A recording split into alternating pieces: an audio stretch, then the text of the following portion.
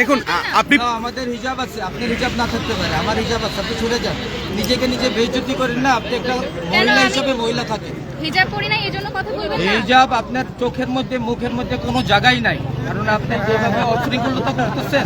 আচ্ছা আপনার কাছে একটু জানতে চাই, এই যে আপনি যেমনটি বলছিলেন নির্বাচনে যে নিষেধাজ্ঞা সেটা আপনি মানতে রাজি নন, যেমন নির্বাচনে যে নিষেধাজ্ঞা রয়েছে, কথা বললো কেন? কারটা কি মানবো না মানবো এটা তোমারে জানাবো কেন? তুমি শয়তানকে মানো না আল্লাহকে মানো এটা আমি জিজ্ঞাসা করবো কেন? তুমি বলো আমার এটার উত্তর, তুমি কোনটারে মানো, তাহলে তুমি ওইভাবে চলবে। মানে বাংলাদেশের আইন আপনি মানতে রাজি নন, বিষয়টি এমন কিনা? পুরো ওয়ার্ল্ডের যত বৈধ আইন আছে, যেটা মানার সেটা মানবো, যেটা বর্জন করার সেটা বর্জন করো, এটা সোজা হিসাব। এখানে তুমি কেউ না, এটা জিজ্ঞাসা করা। তাহলে আপনাকে আসলে কেন দাঁড় করানো হয়েছে? ভাইজান আপনার নামটা কি? আমার শফিক সুলেমান। আচ্ছা এইভাবে সবাই আপনার আসলে আপনার পরিচয় খেপছি, আপনারই তো যাতায়াত বলতেছেন, থ্রেট দিতেছেন, একজন এক এক কথা বলতেছে। আপনার কোথায় থ্রেট দেওয়া হলো? আচ্ছা আপনার আসলে পুলিশ কি বলছে, কেন দাঁড় করানো হয়েছে?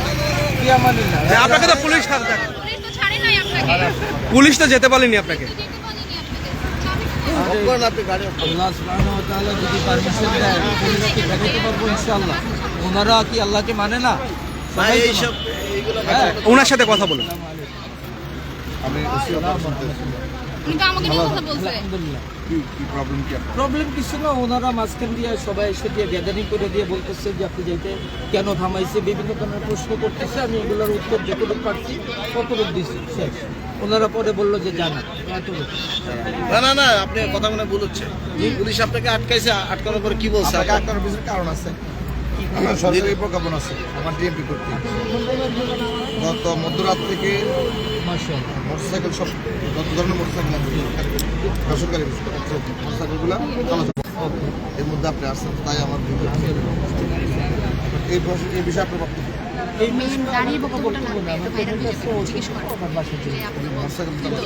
মোটরসাইকেল এটা মাত্র জানলাম ওনার, মাত্র জানলেন আপনি? হ্যাঁ ওনারা তো আপনারা জানাইছে।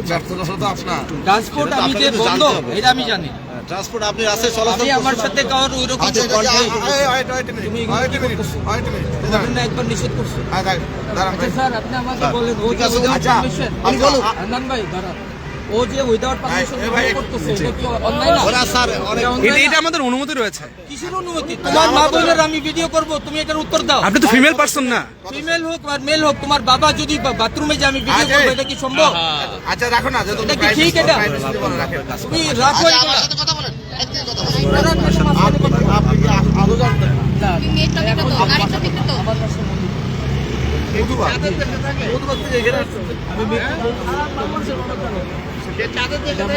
দর্শক এখানে একটা বিশৃঙ্খল পরিস্থিতি তৈরি হয়ে গেছে। একজন বাইকার যিনি জানেই না যে নির্বাচনকালীন সময়ে উইদাউট পারমিশন অর্থাৎ নির্বাচন কমিশনের পারমিশন ছাড়া রাস্তায় বের হওয়া যাবে না। কয়েকটা স্টেপ পার হয়ে গেছে, মানতে না আমার অফিসার। আরেকটা বিষয় রয়েছে আপনার কাছে আপনি একটু বলতে চাই, এখানে অনিয়মের জন্য দাঁড় করানো হয়েছে। আমাদের গণমাধ্যম কর্মী ফিমেল পার্সন রয়েছে, তাকেও তিনি অপমান অপদস্থ করছেন এবং নেগেটিভ ভাবে কথা বলছেন। এটা আসলে রাইট নেই আপনার।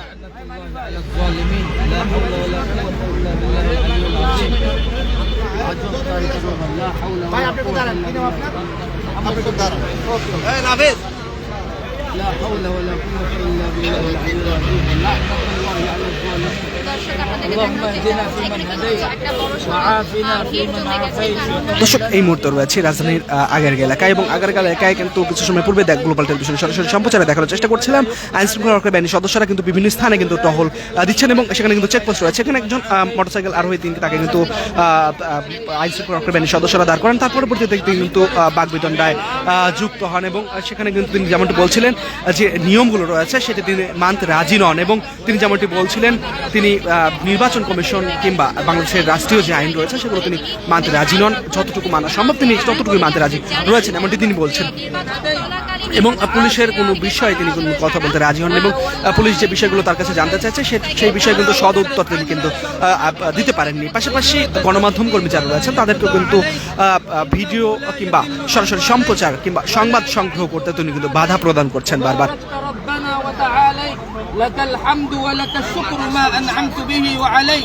اللهم إياك نعبد ولك نصلي ونسجد آمين।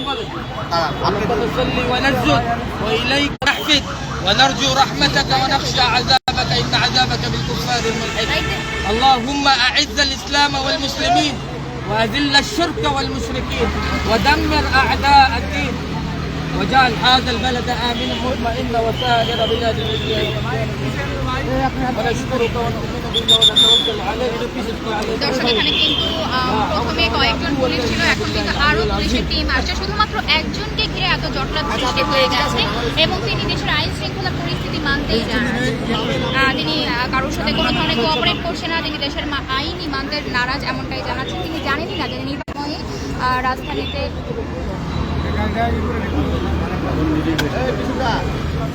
এবং যেমনটি দেখতে পাচ্ছেন নির্বাচন চলাকালীন সময়ে যে নির্বাচনের যে নিষেধাজ্ঞা রয়েছে সেটির প্রেক্ষিতে কিন্তু তাকে যে বিষয়গুলো জানতে চাওয়া হয়েছে সেই বিষয়ে কিন্তু তিনি সদ উত্তর প্রদান করতে পারেন। এবং এখানে শুধুমাত্র একজনকে ঘিরে কিন্তু এখানে আইন শৃঙ্খলা রক্ষা বাহিনীর সদস্যরা উচ্চ পর্যায়ে যারা রয়েছেন তারাও কিন্তু এখানে উপস্থিত রয়েছেন এবং এখানে একজন রয়েছেন জয়দেব কাছে আমরা একটু জানতে চাইবো যে মূল ঘটনা কি ঘটেছে। আপনার কাছে একটু জানতে চাইবো, রাজধানী ঘুরে আমরা দেখেছি বিভিন্ন স্থানে নির্বাচনী কেন্দ্র করে আপনারা চেকপোস্ট বসিয়েছেন, আপনার কাছে একটু জানতে চাই আসলে কি ঘটেছে মূলত। যেহেতু নির্বাচনী বিধিমালার মধ্যে আছে, গতকাল রাত থেকে যানবাহন চলাচল নিষেধাজ্ঞা আছে, পারমিশন ছাড়া চলা যাবে না, সেই হিসেবে আমরা মোটরসাইকেল আটক করছি। তারপরে ঘটনাটা আপনার ওনার কাছে আসলে কোনো ধরনের ডকুমেন্টস পেয়েছেন কিনা, পাস রয়েছে কিনা নির্বাচন কমিশন থেকে? চেক করে নিই, তার কথাবার্তা আচরণ কিছুটা অন্যরকম মনে হচ্ছে। তারপরে আমরা আমাদের সিনিয়র আছে কথা বলতে অ্যাকচুয়ালি কি গাড়ি কি ডাম্পিংয়ে দেবেন না কোনো কিছু করবেন? এখন পর্যন্ত যেহেতু সিনিয়র অফিসার আসছে ওনারা ফাইনাল ডিসিশন আমরা একবার পুরো স্যার তার সাথে কথাবার্তা বলা পরে সিনিয়রদেরকে জানিয়েছি, সিনিয়র এডিসি স্যার আসছে, আমাদের থানা ওসি স্যার আসছে, ওনারা কথা বলে তারপরে ফাইনালি দর্শক যেমনটি শুনছিলেন এখানে আইন শৃঙ্খলা রক্ষা বাহিনীর সদস্য যারা রয়েছেন এবং বিশেষ করে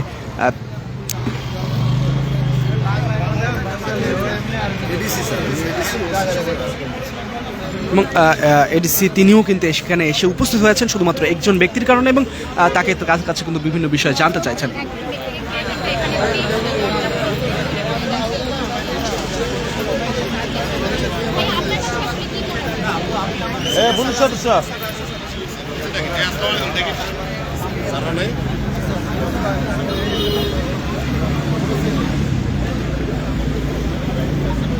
আপনার পেপার সব ঠিক আছে? আলহামদুলিল্লাহ ইন্টারন্যাশনাল বাংলাদেশে আছে। চেক করা হচ্ছে এবং তার সঙ্গে কথা বলছে। দেখি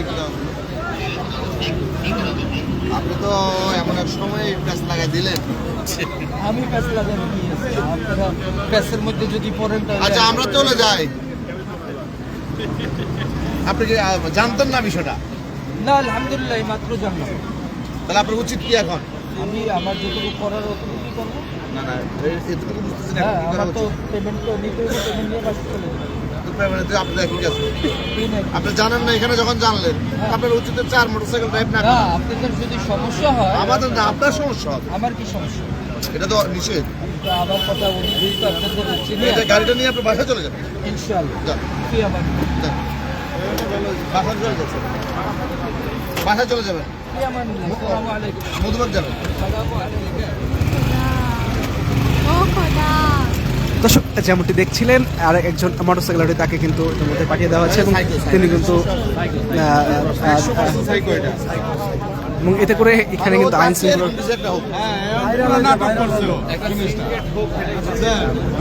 এবং এখানে আইন শৃঙ্খলা রক্ষা বাহিনীর সদস্য যারা রয়েছেন তারা কিন্তু এখানে উপস্থিত রয়েছেন এবং আইন শৃঙ্খলা রক্ষা বাহিনীর সদস্যরা তারা কিন্তু তাকে বুঝিয়ে তাকে বাসায় পাঠিয়েছেন এবং তিনি যেমন বলছিলেন তার যে বিষয়গুলো রয়েছে তিনি টাকার উদ্দেশ্যে টাকা একজনের কাছে পাবেন এমনটি তিনি কিন্তু কারণ দেখিয়েছেন, কিন্তু তার কাছে বিভিন্ন যে নির্বাচনী যে আইন রয়েছে সেই বিষয়ে জানতে চাওয়া হলে তিনি কিন্তু মানতে রাজি নন এমনটি বলেছেন।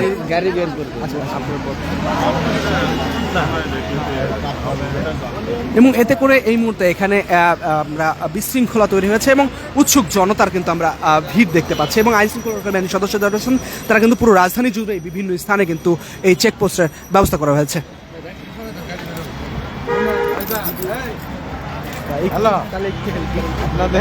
আপনাদের তো ধৈর্য আছে, অন্য কেউ থাকলে প্রথমে ওরা মায়ের আরম্ভ করে মাথার সমস্যা। আমার বাইক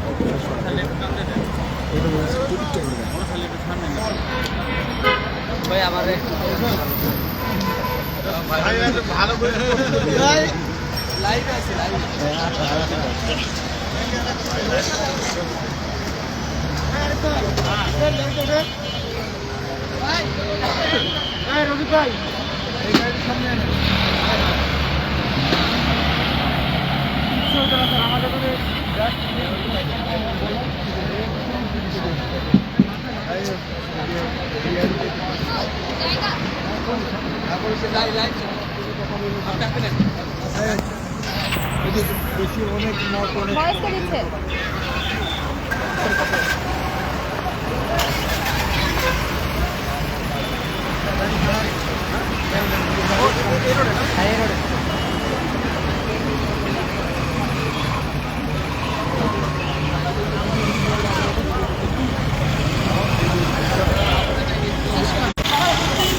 দর্শক, গ্লোবাল টেলিভিশনের সরাসরি সম্প্রচার আপনাদের সঙ্গে ছিলাম আমি বুলবুল হোসেন। দর্শক, যে কোনো খবর সবার আগে পেতে গ্লোবাল টেলিভিশনের সঙ্গে থাকুন এবং এই মুহূর্তে এখানে যে বর্তমান পরিস্থিতি ছিল সেটি কিন্তু এই মুহূর্তে স্বাভাবিক হয়েছে এবং কিছু সময় পূর্বে তাকে কিন্তু ডিএমপির সদস্য যারা রয়েছেন তারা কিন্তু এখানে দাঁড় করিয়েছিলেন এবং পুলিশ সদস্যদের সাথে তিনি কিন্তু বাকবিতণ্ডা জড়ান এবং পাশাপাশি গণমাধ্যম কর্মী যারা রয়েছেন তাদেরকেও কিন্তু বাধা প্রদান করেন এবং তার পরবর্তীতে তাকে কিন্তু আইন শৃঙ্খলার সদস্য যারা রয়েছেন পরবর্তীতে তাকে কিন্তু বাসায় চলে যেতে বলেন এবং সেখান থেকে তারা কিন্তু চলে গিয়েছেন।